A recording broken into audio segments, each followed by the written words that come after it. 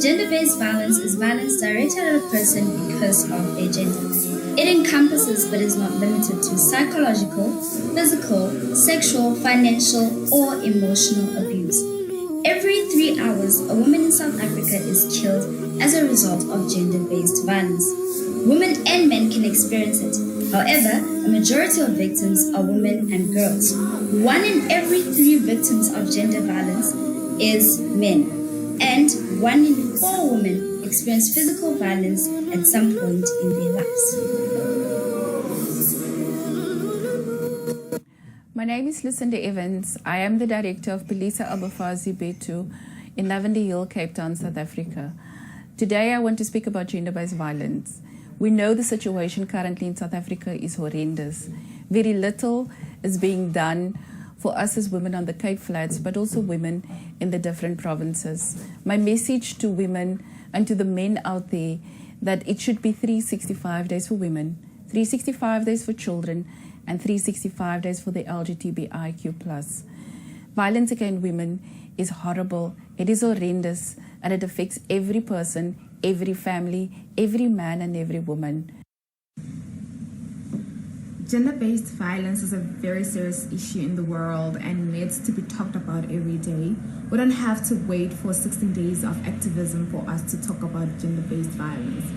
It mostly affects women and girls across the world, and these are the most vulnerable people in the community.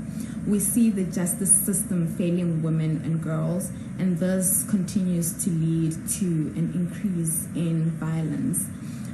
We see violence ending lives. We see violence leaving a lot of women and girls having mental issues, physical issues, as well as emotional issues. These are issues that needs to be talked about in groups. There is a need for us to have a support system for girls and women who are violated, whose rights are violated every day. Hi, my name is Judy Trumpets. My view on gender-based violence is that it's never correct in any given circumstance, be it to a man, be it to a woman, girl or boy. For me, what's not right about it is the effects that it leaves on a person. The effects can be physical, the effects can be emotional, they can be psychological in any given environment, be it in a workplace between a husband and a wife. It's never right. It leaves people feeling undermined, having low self-esteem, walking around with scars and all of that. The effects that it leaves on a person are the ones that are not correct. So it should really never be practiced. It should not be an option in any circumstance whatsoever. So it's not right. Gender-based violence is a social cancer and there should be zero tolerance towards it.